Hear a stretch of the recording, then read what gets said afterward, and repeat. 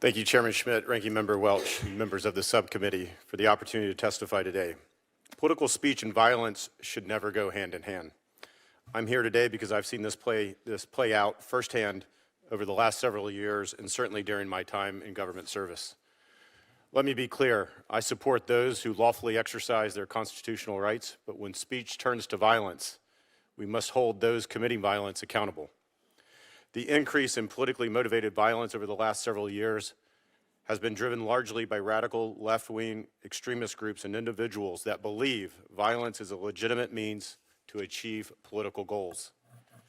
A recent analysis by the Center for Strategic and International Studies shows that, quote, left-wing violence has risen in the last 10 years, and left-wing incidents in 2025 are on track to reach 30-year highs. A recent Rutgers University poll found that 55%, over half of the respondents of left of center said it would be somewhat justified to murder President Trump, and 48% said the same about Elon Musk. According to another recent poll, 1 in 4 people on the far left believe that violence can be justified. That is 1 in 4. The data paints a disturbing picture that some on the left, especially younger adults, are increasingly supportive of violence as a form of protest. In 2020, as Acting Secretary of Homeland Security, I witnessed 100 consecutive nights of violence in Portland, Oregon. Every night, hundreds of violent anarchists surrounded the Hatfield Federal Courthouse. They hurled commercial-grade fireworks, sledgehammers, concretes, and even IEDs at our federal officers. They set fire, they vandalized property, and assaulted law enforcement. Their goal was not peaceful protest. It was destruction, coercion, and intimidation. At the time, I pleaded with local officials, including the governor and the mayor there in Portland, to help protect our officers, and time again, they refused to act. They chose politics over public safety. The result was more than 280 injuries to law enforcement officers and millions of dollars of damage to federal property and to local businesses.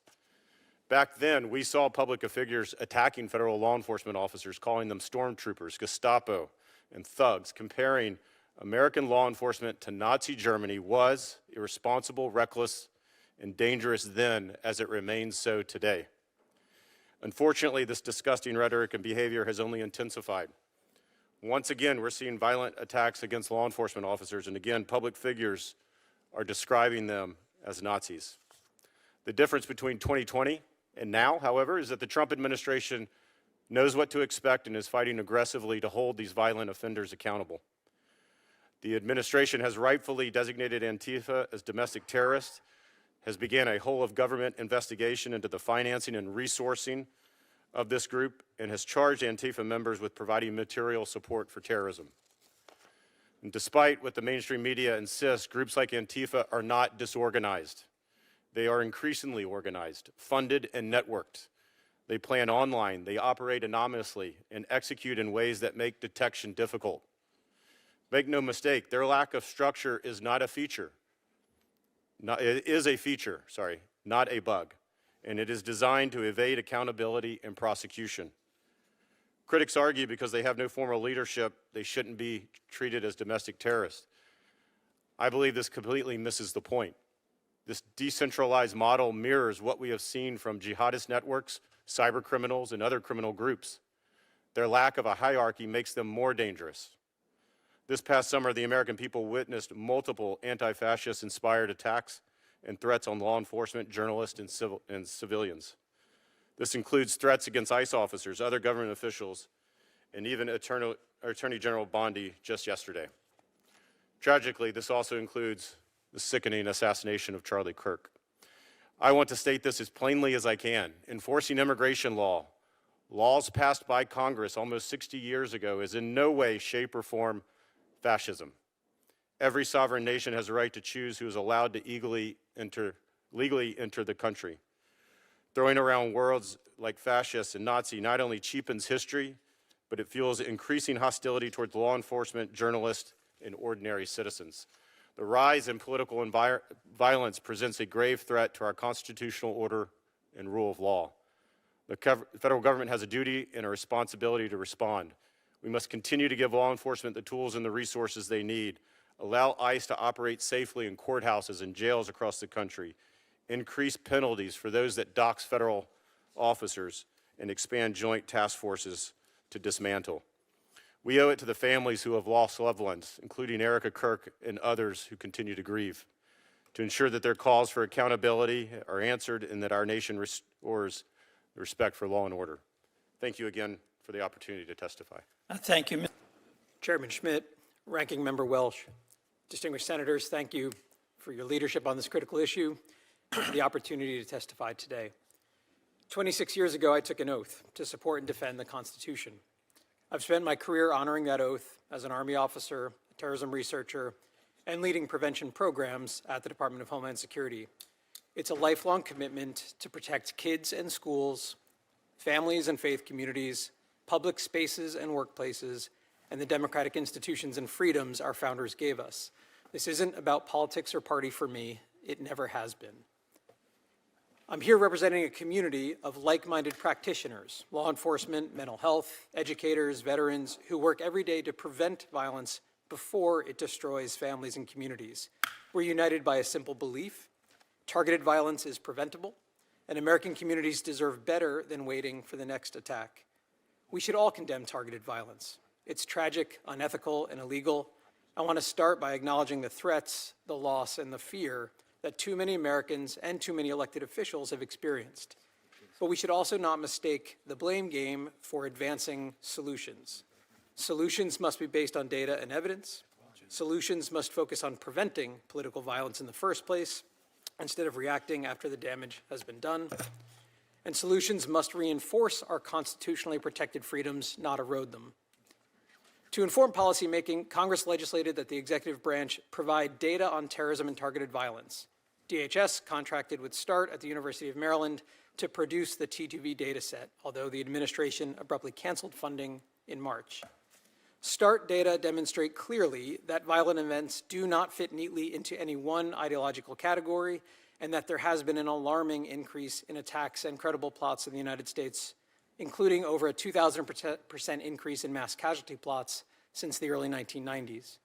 We average more than 2.5 attacks and credible plots per day in the US, and over 50% of them succeed. They occurred in over 1,200 US towns and cities.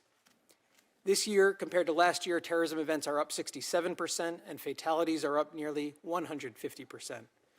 Americans are dying from ISIS-inspired, white supremacist, anti-Semitic, anti-government, anti-vax, anti-law enforcement, and nihilistic attacks.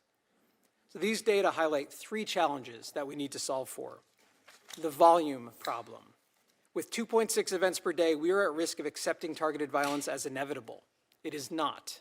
It is preventable. The structural gap problem. These plots succeed 55% of the time. The structural gap is due to appropriate limitations placed on criminal justice investigations to protect privacy, civil liberties, freedom of speech, and freedom of association.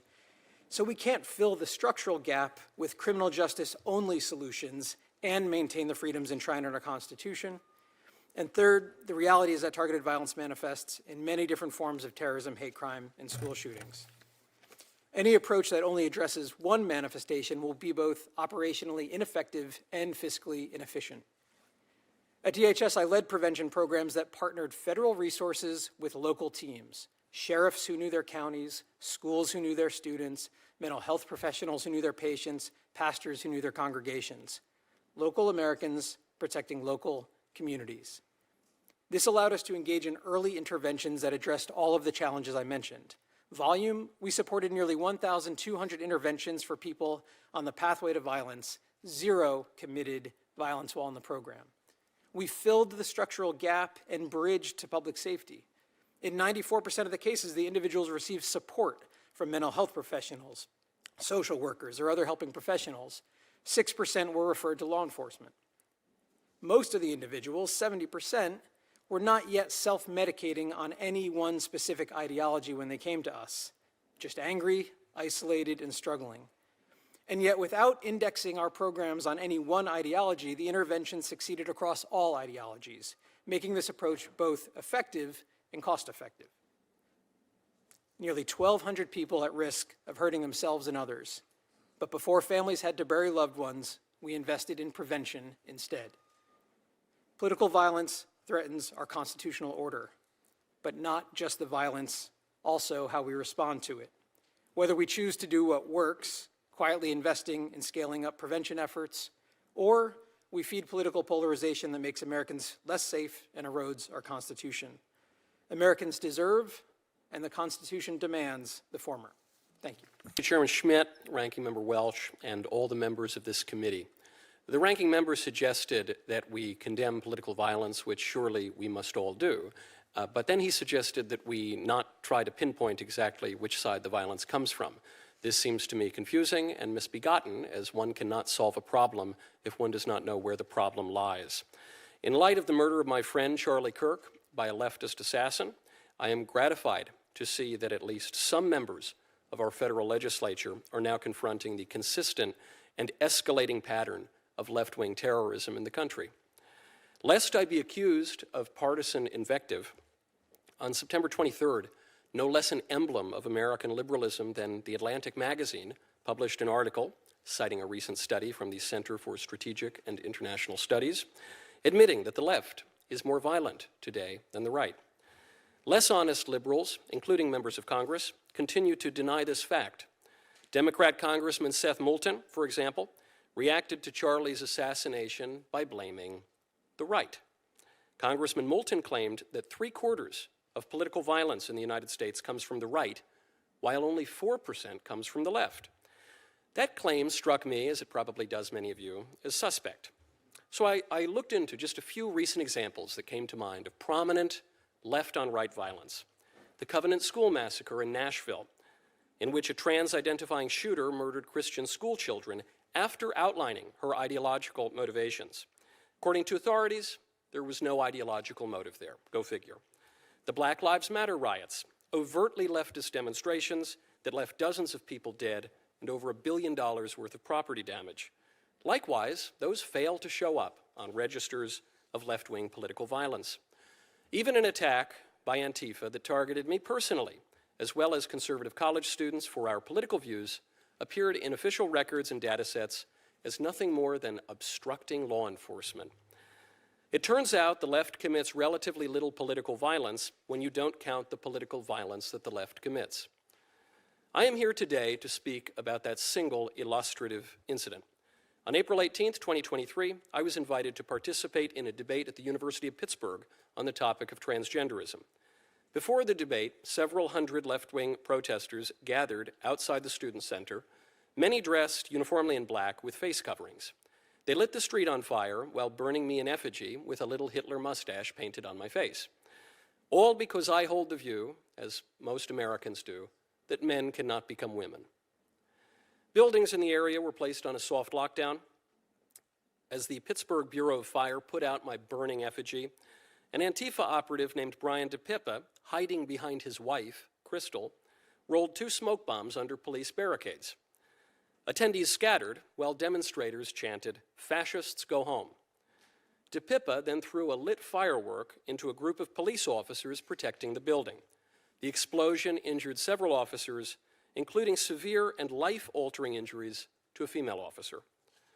The debate was forced to end early after campus police determined that the protests outside were becoming even more destructive. The campus issued a safety emergency notification. Despite popular efforts to deny the existence of organized left-wing terrorism, Brian and Crystal DePippa were not merely 2 citizens protesting a speaker with whom they disagreed. Things just got a little out of hand. No. They are members of an extremist cell, a cell that meets at an anarchist bookshop, the sort of venue that operates as training grounds for left-wing terror attacks. Brian DePippa repeatedly set off TSA screeners for explosive material on his body. The Torch Antifa network has claimed the DePippas as members and raised money for them through a tax-exempt nonprofit organization. Imagine.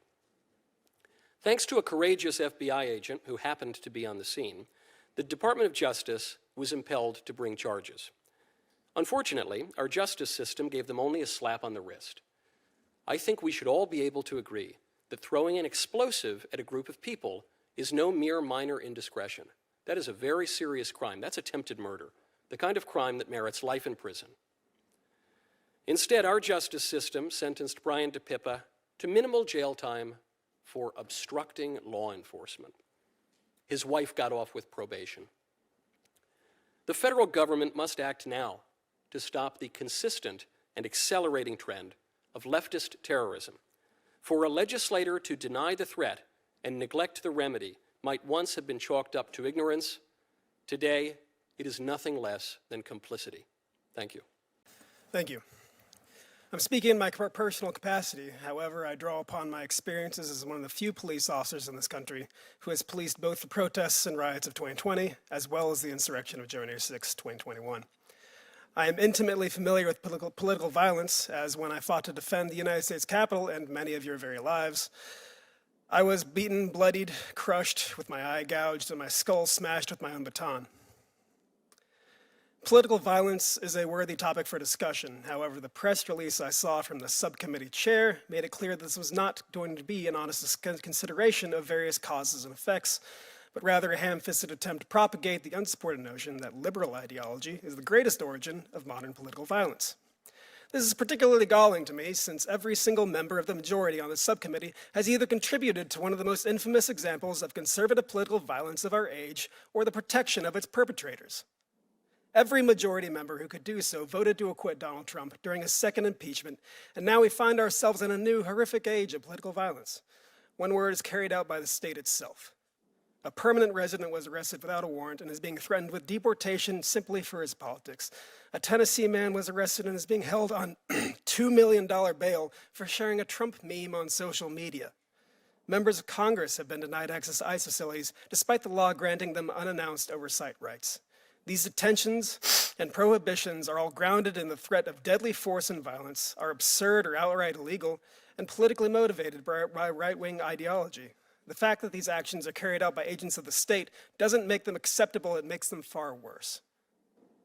The current administration is doing whatever it can to downplay the threat that right-wing violence presents to the United States, including literally erasing data. Between September 12th and the 13th of this year, the Department of Justice deleted their own study from their website, which came to the conclusion that right-wing extremism poses a much greater threat than left-wing extremism. I quote now the opening paragraph of this National Institute of Justice report published just last year. Quote, "Militant, nationalistic, white supremacist, violent extremism has increased in the United States. In fact, the number of far-right attacks continues to outpace all other types of terrorism and domestic violence extremism.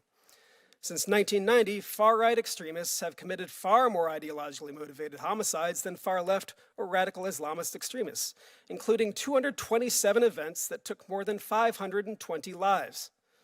In this same period, far-left extremists committed 42 ideologically motivated attacks that took 78 lives. A recent threat assessment by the U.S. Department of Homeland Security concluded that domestic violent extremists are an acute threat and highlighted a probability that COVID-19 pandemic-related stressors, long-standing ideological grievances related to immigration, and narratives surrounding electoral fraud will continue to serve as a justification for violent actions. There will always be those who seek to further their own political agenda through extra-legal violence, and that is what law enforcement is for. But to reduce the risk of the population at large from falling into radicalization, the solution is simple. It's unfettered democracy. One of democracy's greatest assets is how, when unsullied, it provides a mechanism for everyone to have their voice heard.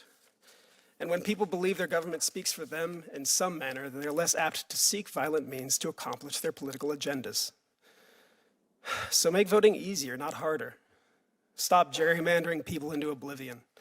Stand on the strength of your ideals, not the depth of your donors' pockets. Stop shopping for judges and start seeking ideas that withstand scrutiny from any political ideology. When you tell the people that an election was stolen from them, they will take up arms against their neighbors without a shred of evidence, I know. But if you tell them brilliant political rhetoric is their birthright and civic engagement is their privilege, they'll instead take up the book and the pen, and we'll all be richer for it. And when you, just so you know that this is the helmet that U.S. Capitol Police Officer Brian Sicknick wore on January 6, 2021, and he died the following day. The family member just got back that today. Thank you. Thank you, Mr. Chairman, Ranking Member Welch, distinguished senators. I would like to thank you for the invitation to testify today about the threat our country faces from growing political violence. In my capacity at the Center for Security Policy, one of the things I am most proud of is our program to provide educational briefings to law enforcement officers at the federal, state, and local levels. And for the 5 years of this program's operation, the #1 most requested briefing topic that we have been asked to provide has been on the topic of Antifa and related left-wing extremist groups. The reason it has been the most requested topic is not because, contrary to media reports, Antifa does not exist. America's law enforcement knows it exists because they see the effects every day. The reason it is the most requested topic is because they cannot get accurate and quality information about the threat. Until recently, the federal government has failed to define the extensive nature of this threat and has demonstrated a history of dismissing or reducing charges against left-wing extremists. But despite this failing, we have seen convictions for acts of political violence by Antifa members who were identified as such. In 2021, officers and citizens were injured in a violent, pre-planned riot carried out by Antifa. The San Diego District Attorney successfully secured convictions against 11 Antifa members, including on charges of conspiracy to riot. In 2023, the state of Florida successfully sued Antifa members under the FACE Act, securing civil fines and felony pleas for their attack on pregnancy crisis centers. This is just one case, but in the 5 months after the Dobbs decision was leaked, more than 100 churches, pregnancy resource centers, and pro-life organizations across the country were attacked. Mr. Knowles has already mentioned the case against Brian DePippa and the federal government's guilty plea, but I think it is worth adding that Mr. DePippa was also the web creator for It's Going Down, an Antifa website which has for years published both ideological manifestos and tactical instructions for aspiring Antifa members, including a 2007 Forming an Antifa Group manual, which I first brought to the attention of this committee when I testified before it in August of 2020. But what is Antifa? Well, as a recent Department of Justice indictment accurately describes, quote, Antifa is a militant enterprise made up of networks of individuals and small groups ascribing to a revolutionary anarchist or autonomous Marxist ideology, which explicitly calls for the overthrow of the United States government, law enforcement authorities, and system of law. Antifa adherents have espoused insurrection and advocated violence to affect the policy and conduct of the U.S. government by intimidation and coercion. That's a good working definition, which would bring U.S. law enforcement into line with the definitions which are utilized by other Western governments, which also have an Antifa threat. That would include Germany and Sweden. These networks of small direct action groups are connected through ideologically aligned organizations, online platforms, and support networks, which provide significant amounts of material support. But much of this material support is in the form of services rather than financial transactions. One example, the website Abolition Media posts communiques from the PFLP, the ELN, the PKK, and the MPA, all of them designated communist terror groups. That alone is actionable material support for terrorism. But it also posts claims of responsibility for anarchist arson attacks and propaganda on behalf of Antifa members currently in prison for violent attacks in the United States, Germany, Chile, Greece, and Hungary. The site distributes calls for actions and organizes efforts for Antifa groups across international borders, and even posted an anarchist manual discussing the value of, and I quote, complex coordinated terrorist attacks. If this site were promoting and advocating violence for al-Qaeda, there would be absolutely no question in the minds of U.S. authorities that it serves as a media arm for a terrorist organization. According to a recent article by journalist Hudson Crozier, Abolition Media is just one of 100 such websites hosted on No Blogs, a blogging suite provided by the Italy-based Autistici Inventi collective, which provides websites, emails, digital encryption tools to Antifa and related left-wing extremist groups, all while hiding their personal data from law enforcement. Very similarly, the International Antifa Defense Fund has distributed over $250,000 to 800 Antifa members across 26 countries, including not just for legal support, but up to 20% has gone to security improvements and emergency relocation costs for Antifa members. It would be a reasonable avenue of investigation to determine if funds have gone to help fugitive Antifa members avoid arrest.